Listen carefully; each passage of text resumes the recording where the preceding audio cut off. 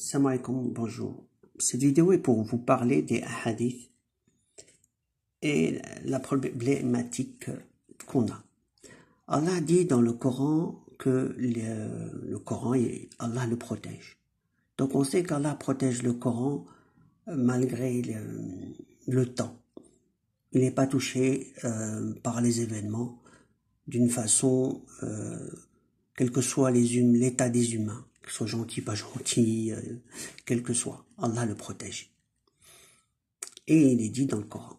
Par contre, Allah n'a pas promis de la protection des hadiths, de ce que le prophète a dit en termes de comportement, de bienveillance, de tout ce qu'il a dit pendant son vivant. Il l'a dit aux gens qui, eux, l'ont transmis. Ensuite, la problématique est qui, de nos jours, peut dire qu'un hadith est authentique et vrai, ou la totalité des hadiths qu'il y a dans Bukhari ou notre livre, ou Muslim, sont valides réellement. Qui va jouer sa foi à l'intérieur? Si on prend la Bible ou on prend un autre livre, il suffit d'une phrase. Allah il est unique, ils en ont mis le Père, le Fils et ainsi de suite. Donc il suffit d'un mot ou d'une phrase et ça change tout. Quand tu lis la Bible, il y a de bonnes choses à l'intérieur. Hein. Aimer les autres, le prochain, le partage, il y a de bonnes choses. Mais on ne l'utilise pas. Il y a des trucs pas bien, comme l'unicité d'Allah. Allah, il est unique. Les hadiths, il y a sûrement à l'intérieur beaucoup de choses d'intéressantes, mais il y a aussi beaucoup de choses qui ne sont pas du tout intéressantes. Mais comme ils sont vendus et mis d'une façon comme si c'était le Coran, puisque la crainte de désobéir au messager d'Allah, le prophète alayhi salatu salam, fait que on a peur de désobéir au prophète. Oui, sauf qu'il n'est pas là. Et Allah n'a pas dit que les hadiths, il va les protéger. Voilà.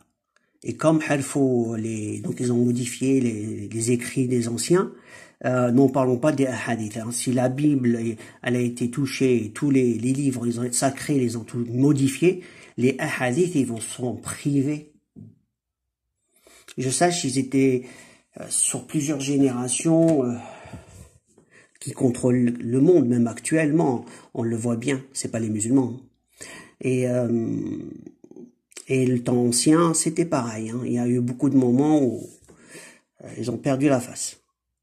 Donc, ce que je voulais dire comme parenthèse, les gens qui se disent on fait la sunna parce qu'il faut qu'on suive le prophète mettait par exemple une djellaba, il faut le mettre la djellaba pour sortir, sinon si tu la fais pas, c'est que ça devient un péché. Donc faut pas aller dans l'absurde, faut aller dans la logique. Le prophète, c'est dans le concept du bon comportement, de l'approche du bien, de faire le bien, d'aller vers Allah, suivre le Coran. Mais à l'intérieur, ce qui a été falsifié, il y en a. Il y en a, si on cherche, on trouve. Il y a eu beaucoup sur Internet qui ont parlé de ça. Et ils se sont fait attaquer. Pourquoi? Parce que c'est sacré. Or, le prophète, le messager d'Allah, oui, il faut pas toucher. Mais les hadiths, c'est pas à lui. Lui, il l'a dit quand il était vivant. Une fois qu'il est mort, c'est ce que les autres ont fait de ces hadiths. Le Coran a été protégé par Allah, les hadiths, non. N'importe qui, là, actuellement, peut aller rajouter une ligne. Dans 50 ans, personne ne saura sur cette ligne qu'il l'a rajoutée ou pas. Hein. Je copie une ligne de un tel a dit que un tel a dit, je rajoute la ligne et puis basta. Hein. Je l'imprime, va faire la différence. Bon, faire un canular de ce genre, je le ferai pas parce que c'est péché. Mais n'importe qui maintenant peut écrire des lignes et te les mettre à l'intérieur. Il y a combien d'experts qui sauront exactement que ça a été modifié ou pas actuellement, à part s'il a une copie pour faire copie conforme et vérifier. Parce qu'on a on a les ordinateurs, on peut vérifier. Mais dans le temps, on ne pouvait pas faire pareil. Il fallait un expert qui puisse se rappeler de tous les hadiths et n'en parlons pas. Donc en conclusion, les hadiths, il y a des erronés, il y en a pas mal. Après, on est arrivé à dire, oui, les véridiques. Donc quand il y a du bon sens et un truc bien, oui, le problème. Maintenant, on s'attache à, par exemple, le prophète a mis la barbe, le prophète s'habillait un tel. Oui, il était au soleil. S'il faisait moins 50, il serait pas en cette tenue. Il aurait mis des trucs en laine, vraiment en coton. Ça dépend où il a vécu. Va en Sibérie, tu vas voir si tu vas t'habiller comme le prophète, alayhi salam. Habille-toi de la foi. Habille-toi de l'amour d'Allah. Apprécie ce que le prophète a fait comme travail. Le concept, c'est fait comme lui. Il s'est approché d'Allah. Il s'est approché d'Allah en lui obéissant, en l'aimant, en ayant crainte d'Allah. Les hadiths sont censés nous montrer une guidance civile de bon comportement. Mais comme il y a beaucoup de choses de manipulation, on le voit dans le monde, que là, c'est devenu presque, c'est ce qu'il faut faire, or c'est faux. Il y a plein de trucs vraiment nuls, hyper nuls, à un point que ça a perdu les gens. Ceux qui vont dire que c'est faux, si réfléchissez tout simplement. Imagine un hadith qui te fait rentrer en enfer. Pourquoi? Parce que il est erroné. Vous allez me dire la preuve. Moi, je dirais le contraire. Prouvez-moi, si vous y croyez pas, prouvez-moi que Allah a protégé le hadith. Spécialement celui que tu vas choisir. Sauf s'il a un bon sens normal, va faire le bien, c'est clair, va faire le bien. Mais sinon, les hadiths, Allah n'a pas dit qu'il les a protégés. Maintenant, on va dire, oui, les gens les ont protégés. Ils n'ont même pas protégé les humains. Ils n'ont même pas protégé l'islam en termes de foi, en termes de transmission. Transmettre un livre, c'est transmettre des hommes, des générations, un savoir-faire, pas des livres dont personne n'utilise vraiment dans le sens pour extraire le meilleur de ce qui est. Le livre, le Coran est simple dans ce que Allah nous demande.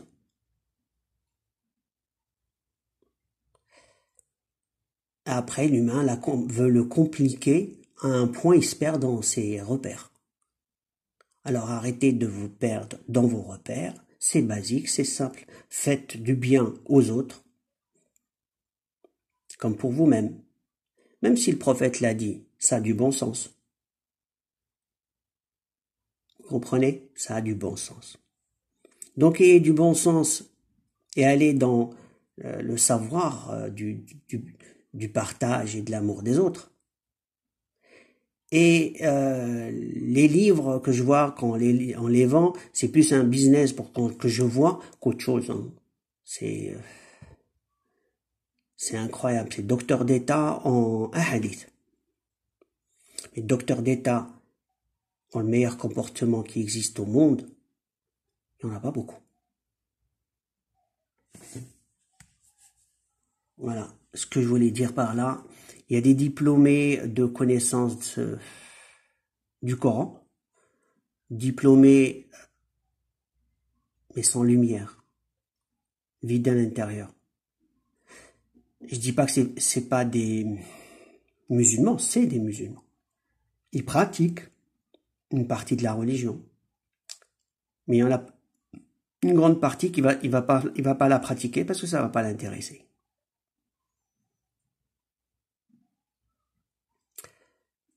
Le problème, par exemple, des sunnites chiites, une aberration. Un musulman, c'est un musulman. Voilà. Autre chose, le passé, les problématiques du passé, qui s'est passé, c'est entre eux. Le jour du jugement, chacun trouvera son livre. Maintenant, on efface l'ardoise et puis c'est tout. Et chacun est en train de dire, j'ai raison, j'ai tort, j'ai raison. T'as raison, suis le Coran, c'est tout, voilà.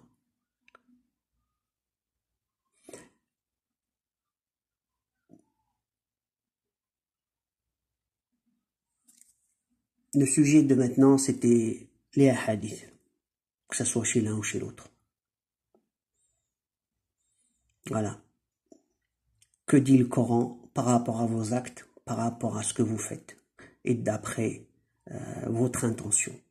Ceux qui font la zizanie entre les pays, entre les peuples, ceux qui font la zizanie dans le sens du partage et de bien-être. Qu'est-ce que vous allez dire à Allah le jour du jugement? Là, actuellement, Dabba est là. Elle est déjà venue et elle va commencer un jour à marquer quand Allah décidera. Mais c'est pour bientôt. Et pour vous dire, je l'ai vue.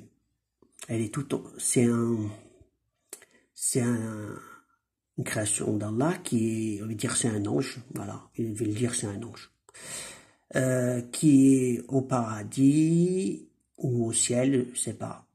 Et ce que c'est que il est tout en feu.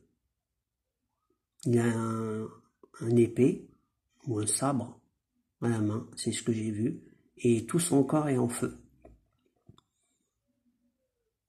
Et il va un jour marquer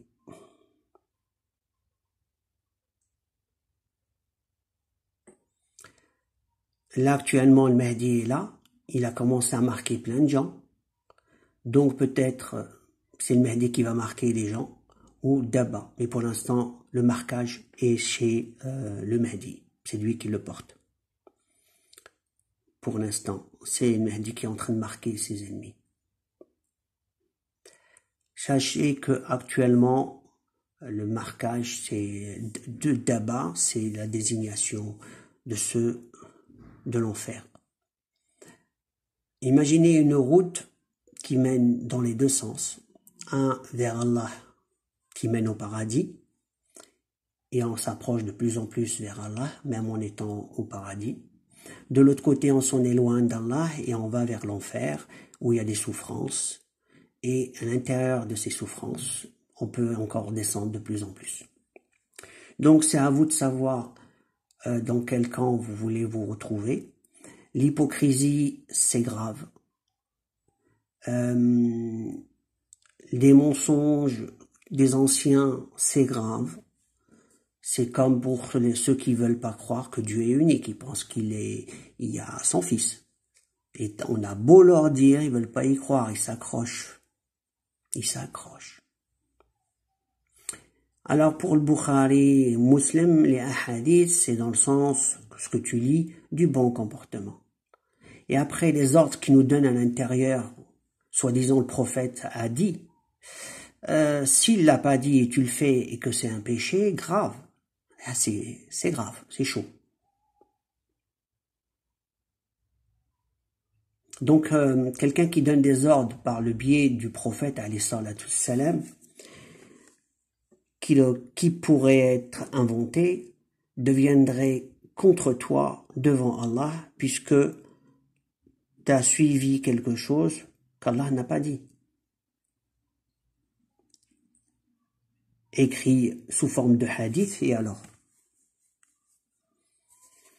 Les criminels qu'on a vus ont suivi les hadiths. Il y a eu beaucoup de criminels qui ont suivi. On les a vus. Ceux qui ont fait les guerres, c'est des criminels. Ils pensent aller au paradis, sachant qu'ils ont tué des musulmans. Qu'allez-vous dire à Allah, sachant que vous ne faites pas ce qui est dans le Coran, pour faire ce qu'il y a dans les hadiths? Voilà ce que je voulais dire. Et les hadiths, il y a certains qui sont complètement erronés et salissent la réputation de l'islam. Voilà, je vous dis à la prochaine vidéo. Alaykoum salam.